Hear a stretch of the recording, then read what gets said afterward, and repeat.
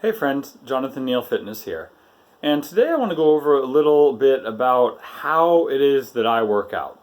Not necessarily how I actually do it, but what kind of schedule do I get on and what might be a good schedule for you. And I'll share with you how I do it, the reasons why I do it, and you can go ahead and think about that and see if that's something you want to incorporate. Now essentially what I mean by this is what kind of scheduling do I do for my workouts? When we look at a given week, we have a 7-day week. How am I going to break out? I mean, we hear about like push, pull days, upper body days, lower body days.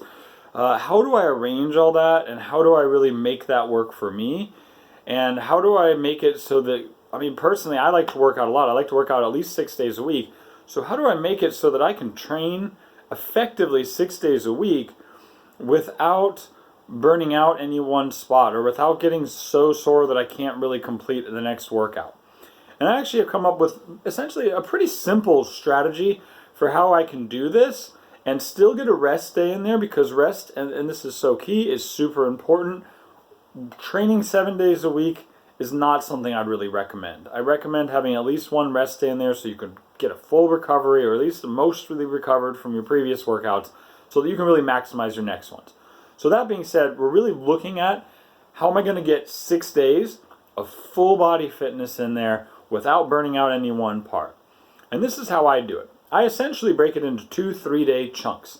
So what I say is I'm going to work out for 3 days, and then I'm going to take a day to rest, and then I'm going to work out for the next 3 days as well. And basically just cycle that. It keeps it super simple. 3 days on, 1 day off, 3 days on, 1 day off.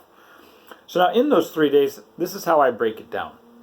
Essentially, we talk about, what you hear is that you see people say that there's push exercises, there's pull exercises, and then of course there's your legs, which kind of do a combination of both. And so that's really how I like to break it down. Now, I don't really like to use the terms push and pull, because really what we're talking about, because there's other things that aren't necessarily a push or a pull that we're going to incorporate into that. So what I like to think is we really have 3 categories. One of them is going to be what we call anterior chain. Now, your anterior chain is the front side of your body. So this is going to be our pecs, our delts, everything that we would probably typically associate with pushing. We're really going to be thinking about like what's going to be working on those front side muscles. And then of course we have our posterior chain, which is the back of the body, which tends to be correlated with pulling. So when I do my rows, when I do my lat pull downs, that's all going to hit a lot of the muscles in the back. But we really, I like to make this delineation of we're really working on that anterior and that posterior, so that we can incorporate other things that aren't necessarily a push or a pull, but still work those areas. And so that we can still remember what we're really trying to do. It's not necessarily get really good at pulling or pushing, but get really a balance so that my front, my anterior, and my back, my posterior sides are relatively balanced in their strength. So I want to keep that in mind. And then of course there's legs, which do push and pull, and really a lot of that is done. Like if you look at a lunge, there's a lot of pulling through it, there's a lot of pushing in it. So I just kind of keep the legs as their own thing and just say there's going to be leg exercises. And we'll get into a little bit at the end here about a little bit more of the fine tuning of it. But let's just look at it this way. We have our anterior chain, we have our posterior chain, and then we have our legs. So how am I going to break that down? So I actually kind of wrote it out for you guys here. You probably won't be able to read this very well, so I don't really know why I wrote it out, but it's just nice to have a whiteboard and to show some of this stuff. But maybe you can read some of this, and I'll show you exactly, and I'll walk you through it. So day 1, let's say, for the ease, let's say it's Monday, Monday I show up to the gym, and I like to start with the legs, because a lot of the other stuff that we do is going to use the legs. So I start my first day, do the legs. 2 reasons. 1, again, I want them to be as fresh as they can, and if I've done a bunch of other standing upper body exercises, I might have done a little bit of work with my legs, so I like to get them done. The other reason, I don't really like doing my legs as much as I like doing my upper body, so I like to get that one out of the way on the very first day at the very first shot. I've always been like that, and that's just how I am. So if you're like that too, get the legs done. But anyway, it really, and ultimately I should say, it doesn't really matter if you break it up exactly in this order, but just look at the protocol and then you can put it together in your own way. So I start with legs on the first day. And what I'm going to do is, if you notice, I have 2 exercises here for legs. And then if you look down, then the second thing that I'd have is my anterior chains, the A, and I only have 1 exercise for that. And then I have my posterior chain, I only have 1 for that. And I should mention that this whole workout is based around people that are really time. Like I work a lot, I have a lot of stuff going on, I have a lot of other things going on. I'm trying to maximize for time. If you have all day to hang out in the gym, that's great. This isn't really the video for you. But if you're trying to maximize your time and get your full body workout, that's what this is all about.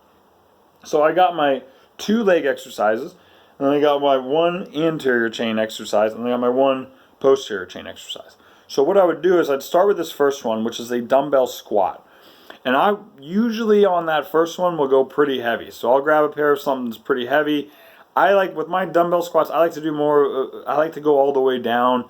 But again, it's really less about that. You need to choose the exercise that works for you. But I like to do something relatively heavy to start that out. So I'll use the dumbbell squat. It's a bilateral exercise. I can load it with a lot of weights. I can hold a lot of dumbbell weight.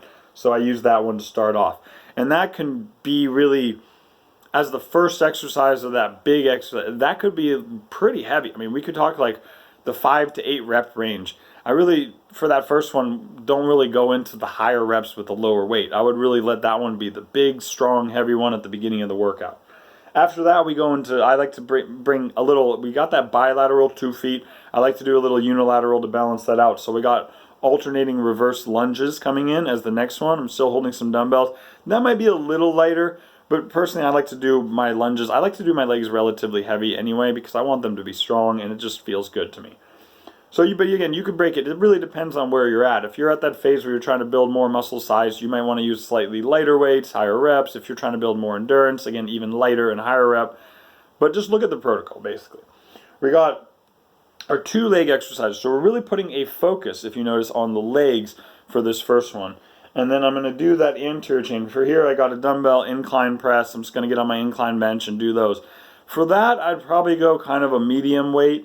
And I'd shoot for about 4 sets. So even if it's something you normally do 3 sets, I'm going to do that 4th set, even if I got to kind of drop the weight on that 4th set. But again, we're only doing 1 anterior chain exercise, so we really want to maximize that. So I'll do the 4th set. Same thing with the posterior chain exercise here. I just got a row machine. I just get on the regular, like get my feet up against there, the little cable row, and I just work that one. But again, I'm going to try to do 4 sets because I'm only doing that 1 posterior chain exercise. So I'm going to push that set a little bit more. So that would be day 1. Leg focus, 2 strong leg exercises, 1 for the anterior, 1 for the posterior. Now you can probably see where this is going. I'm going into day 2. Now I'm going to put the anterior chain exercises at the peak. So I'm going to start with that. And again, I'm going to start with something that I can do pretty heavy. So I'm not going to start, you see here I got bench press and I got cable fly as the 2 exercises. Now if I did the cable fly first, that's kind of I can't really load that with a lot of weight because you're really going to risk your shoulders and your elbows if you try to go heavy on cable flies. Not a good idea and I don't recommend it. The bench press, however, is something we can load with some good amount of weight.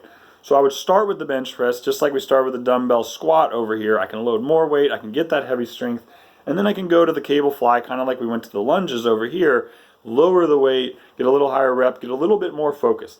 Specifically there in this case, because we did the incline press the day before, we did the straight flat bench press there, I would actually do my cable flies there coming down. So I would get that downward into the lower pec. The upper pec will be hit by the incline press. Bench press is going to hit the middle a little more, and we can get that under with the cable coming down. So you can also start to see that this is not just random. We're not going to do all these anterior chain exercises straight bench press. We're thinking about how can I make sure I hit all the different aspects of that. Again, maximizing your time. So I've got next my posterior chain comes in, and I'm just going to do a lat pull down for this. Again, 4 sets on this, somewhere in the medium range. I don't know, I'd say like 6 to 12 reps, but 4 sets of that.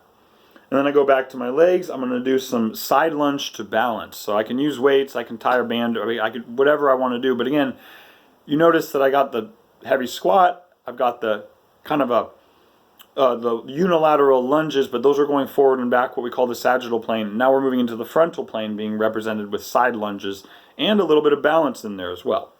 And then of course I'm going to move on to my 3rd day, where we're going to start with the posterior chain. So here again, big exercise. I'm going to choose my pull-up as my first one. That's something that's going to be really relatively challenging, big, heavy.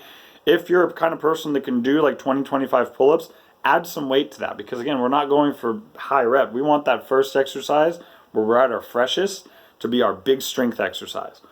And then the second thing, I got in cable reverse fly. So just like over here, we did heavy bench, we did our cable fly.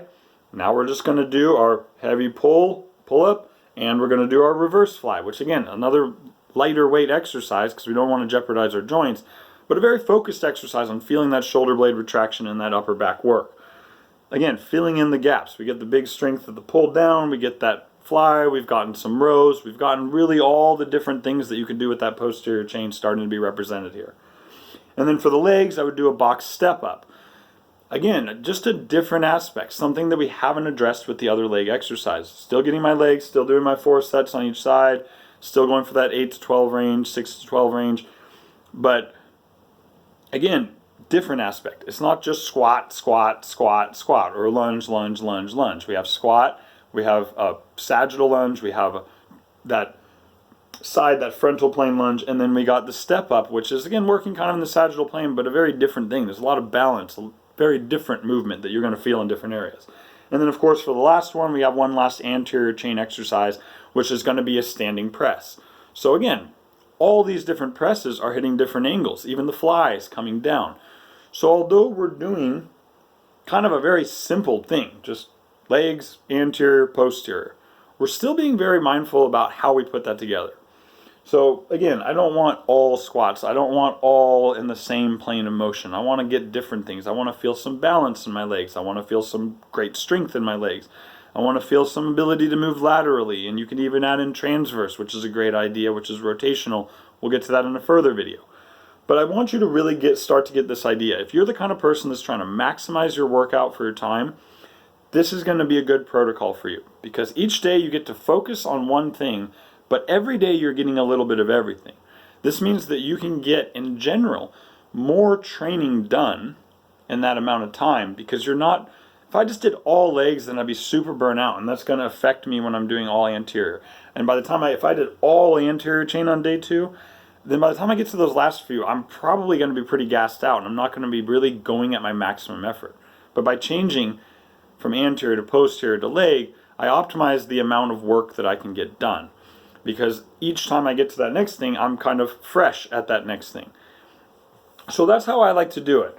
Again, it's 3 days of working out, and then you get a rest day, and I can't stress that enough. You really got to have that rest day in there, because then again, when you come back for the next week, you'll be able to maximize that. So I just wanted to share that with you. This has been a protocol I've been using. It's been pretty successful for me. I feel like I can work out on a regular basis and not get burnt out. I feel like I'm still getting all the gains I want, and again, maximizing that time. So if you have any questions or comments about this, please go ahead and leave those below. I'd love to hear from you and I'd love to get back to you. If you've tried this and you found it worked, or if it's not working for you, if you really want more information about it, again, please just go ahead and comment. If you like this kind of content, you can always subscribe and click that like button down there. I would appreciate it. But other than that, the main thing is I want you to try to put this into use and get the benefit from it. So thank you for listening. Thank you for putting this into practice. This has been Jonathan Neal Fitness. I truly appreciate you watching. Have a wonderful day or night wherever you are, and take care out there.